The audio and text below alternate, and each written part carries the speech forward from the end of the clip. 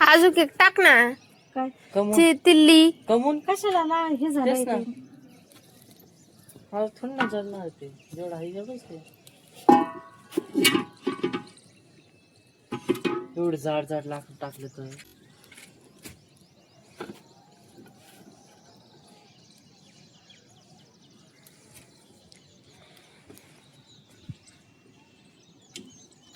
थांब थांब एवढं पण नको एअर लागली पाहिजे त्याला. हाय हॅलो नमस्कार सर्वांना, श्री स्वामी समर्थ. तर इथे जे आहे तर माझी चालू आहे बाजरीच्या पापड्याची तयारी. तर प्रत्येक वर्षी जी आहे तर बाजरीच्या पापड्या आपलं गॅसवरती सांजा करत असते आणि पापड्या बनवत असते. परंतु यावर्षी म्हटलं चला आता गॅसचं पण थोडं शॉर्टकटच आहे.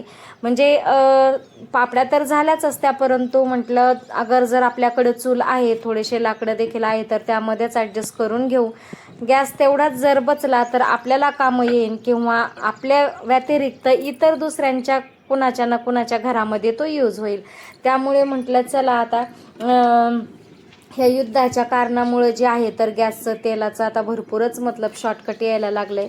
त्यामुळे म्हटलं आता चुलीवरतीच सांजा करूया. तर जी आपल्या घरामध्ये जे फर्निचर बनवलं होतं बरेच दिवस झाले आता, जवळजवळ 4-5 वर्ष, तर तेव्हापासून जे आहे ना तर अशा मोठमोठ्याल्या जी थोड्या अशा फळ्या पडलेल्या होत्या तशाच, आणि काही गोणीभर जे आहे ना तर असेच लाकडं मी एक आपल्या कामवाली बाई होत्या आपलं कपडे भांडेवाल्या, तर त्या ताईंला देऊन टाकल्या होत्या गोणीभर. चांगले छोटे छोटे तुकडे होते ते, कारण त्या चुलीवरती तिकडे आउटसाईडला तिकडे बनवतात स्वयंपाक वगैरे त्यांचा असतो चालू, तर त्यांना देऊन टाकलं होतं. आणि हे जे मोठ्याल्या होत्या चांगल्या फळ्या तर त्या ठेवल्या होत्या. परंतु आता असं झालं की फर्निचर सगळं झालेलं असल्यामुळं देखील म्हणलं आता ते कधी वापरात येईल कधी नाही.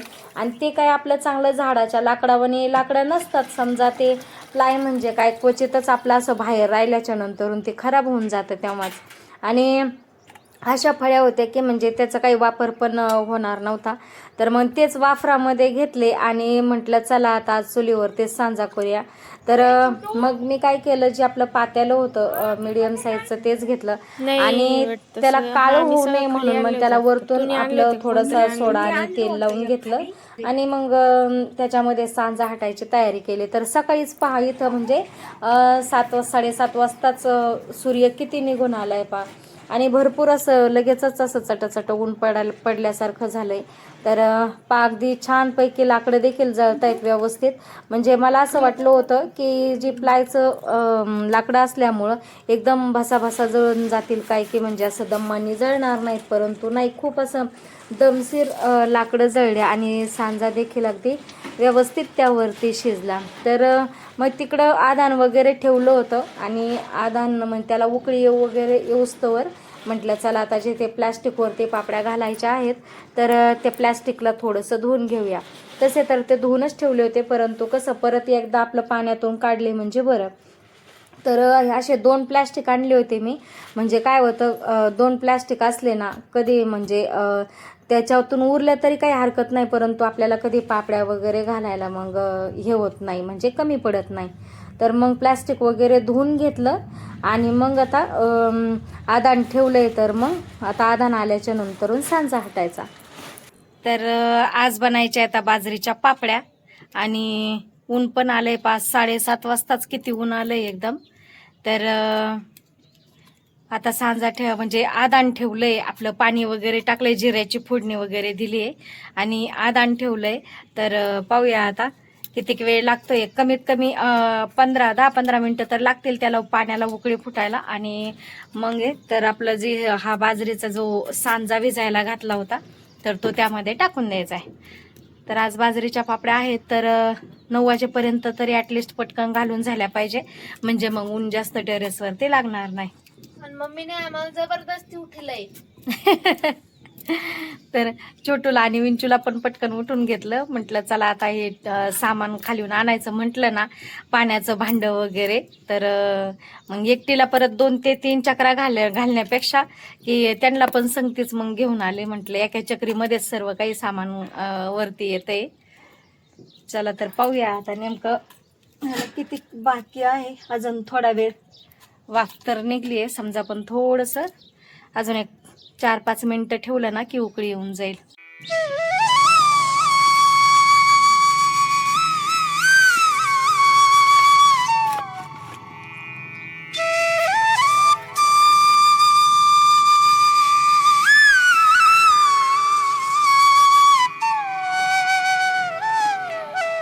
याला कोणी हात लावू नका कारण ते गरम आहे. विंचू हे दाखव. अच्छा ते गरम आहे मग हात नाही लावायचं आहे. हा, हे बघ. हो. अरे वा काय खोलते.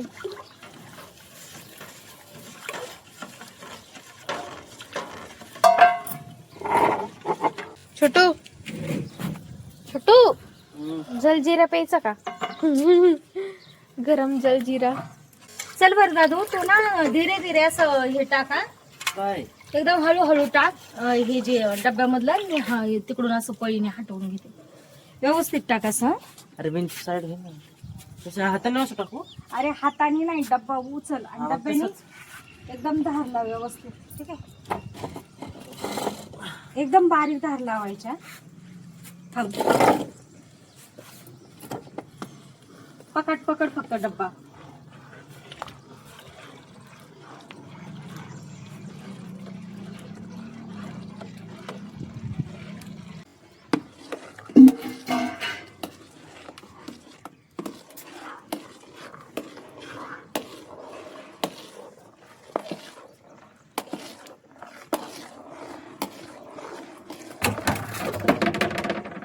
ते शेकांटेने ना एवढं बारीक दळून दिलं, एवढं बारीक दळून दिलं. पण आता पाहूया म्हटलं, आता पहिली वेळेस एवढ्या बारीक येणे ट्राय. मतलब काही मेजरमेंट असते का? मग थोडस असं दर लागतं. त्याने एकदमच म्हणजे फक्त रव्यासारखं थोड्यात एक अर्धी कणी लागत होती, बाकी सगळं म्हणजे असं पीठच होतं. पण चला मग आता पाहूया करून नेमकं काय कसे होते.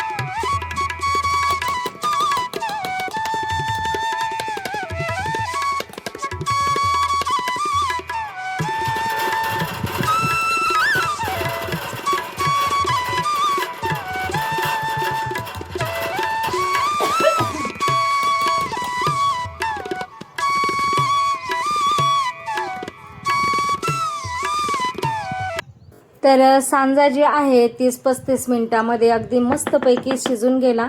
आणि काय झालं होतं, ज्यावेळेस मी भरडा दळायला दिला होता, बाजरी ज्यावेळेस दळायला दिली होती पापड्यासाठी, तर त्यावेळेस त्या गिरणीवाल्या ताईंनी काय केलं, थोडंसं जास्त बारीकच दळलं. कारण बाजरीच्या पापड्याला जे आहे तर थोडंसं असं दरदर लागतं, थोडंसं म्हणजे जास्त मोठालं देखील नाही आणि जास्त छोटं देखील नाही. परंतु त्यांच्याकडून जरा जास्तच बारीक झालं, म्हणजे असं पीठ जास्त होतं त्याच्यामध्ये आणि कण्या थोड्याशाच होत्या. परंतु म्हटलं चला आता काय हरकत नाही, कारण त्याच्यात भाकरी तर काही येणार नाही, पाहूया नेमकं पापड्या कशा येत आहेत ती. पण काही नाही, मला असं वाटलं होतं काही पिठा जास्त प्रमाणात पीठ असल्यामुळं, कण्या कमी असल्यामुळं काही गाठी वगैरे होत्यात की काय त्यामध्ये. पण काही नाही, गिठुळ्या वगैरे काही झाल्या नाही. अगदी छान मऊसूत असा सांजा शिजला बघा. आणि खूप मस्त पापड्या मतलब त्याच्या येता येतं. नाहीतर म्हटलं चांगला गोंधळच व्हायचा आता, कारण बारीक म्हणजे जास्त असल्याच्या नंतर कण्या कमी आणि पीठ जास्त असलं का तर मग त्याच्यामध्ये जे आहे त्या सांज्यामध्ये गिठुळ्या होण्याची जास्त शक्यता असते. परंतु खूपच छान मऊ सांजा झाला आणि मस्त शिजला आहे पा. तर अगदी छान पापड्या घालण्यात येतं आणि एकदम पातळ. आणि मी हमेशा जे आहे तर अशा पळी पापड्याच घालते, मला अशाच आवडतात, कारण एकदम मुरमुऱ्या आणि पातळ पापड्या होतात पा ह्या. आणि ते जाड पापड्या खाव्याशा नाही वाटत, पातळ पापड्या खूप मस्त लागतात. तर पापड्या वगैरे घालून झाल्या आणि त्यानंतरून जे आहे तर संध्याकाळच्या वेळेला म्हणजे 4 वाजताच त्या काढावं लागल्या, कारण जे आहे तर भरपूर असं आभाळ आलं होतं लवकरच. आणि पापड्या पातळ असल्या कारणामुळे तर वाळून गेल्या होत्या अगदी मस्तपैकी, त्याचं वाळण्याचं काही टेन्शन नव्हतं. परंतु किती आभाळ आलंय पा, अगदी म्हणजे उन्हाळा चालू आहे की पावसाळा चालू आहे हेच कळत नाही. तर काल जे आहे तर आमच्या गावाला देखील भरपूर गारीचा पाऊस झाला आणि पुण्याला देखील गारीचा पाऊस झाला. त्यामुळं म्हटलं आता आज आपला नंबर आहे की काय, तर भरपूर असं आभाळ आलं होतं, त्यामुळं म्हटलं आता पापड्या काढून. चल बरं, लय आभाळ आले विंचू, पटकन काढून घेऊ आता हे पहिले. हा खायचंय वे पहिले तुला, चल फटाफट घेऊ काढून. कोणत्या बी क्षणाला पाऊस येऊ शकतो आता.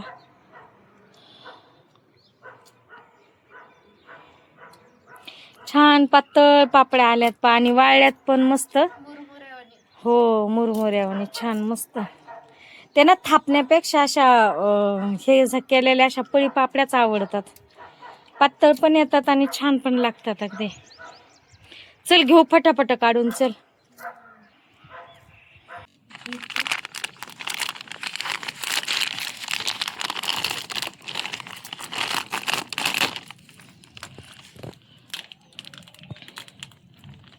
पा किती छान पापडी आली, एकदम पातळ, अगदी तोंड दिसल असं, एकदम छान.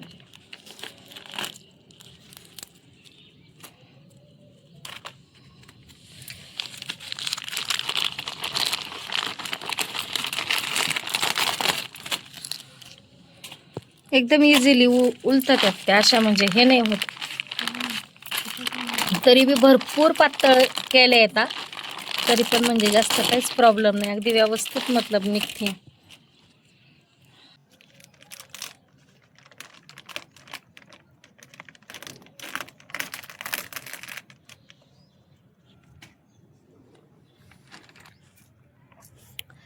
भरपूर आभाळ आलंय, आता कोणत्या पण टायमाला पाऊस येऊ शकतो. आवर फटाफट, चल.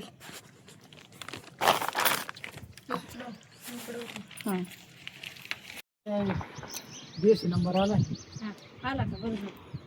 उद्याच म्हणतो. आणि इथं नाही भेटणार का आपल्याला? गाडी किती वेळ लागेल तरी?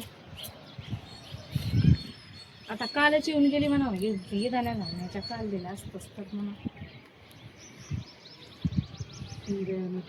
उद्या सुट्टी नाही म्हणतो मला.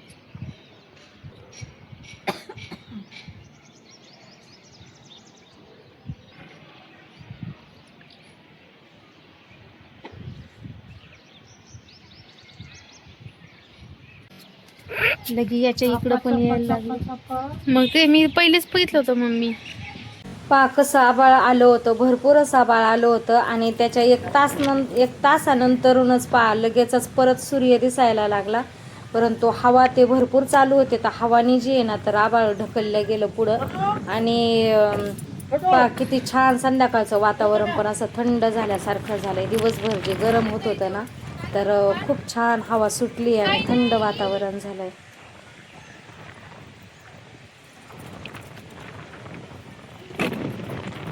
किती वारं सुटलंय. बरं झालं आपल्या पापड्या झाल्या अगोदर काढून. तर आजच्या व्हिडिओमध्ये एवढंच. आजचा व्हिडिओ जर तुम्हाला आवडला असेल तर नक्कीच व्हिडिओला लाईक शेअर करा, चॅनलला सबस्क्राईब करा. भेटूया अशाच नवीन एका व्हिडिओसोबत. तोपर्यंत तुम्हा सर्वांना श्री स्वामी समर्थ.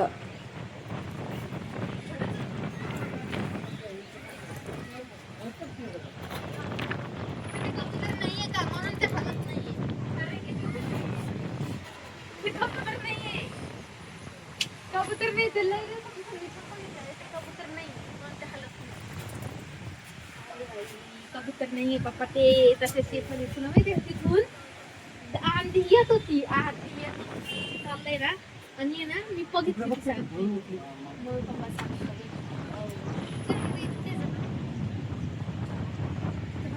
काळ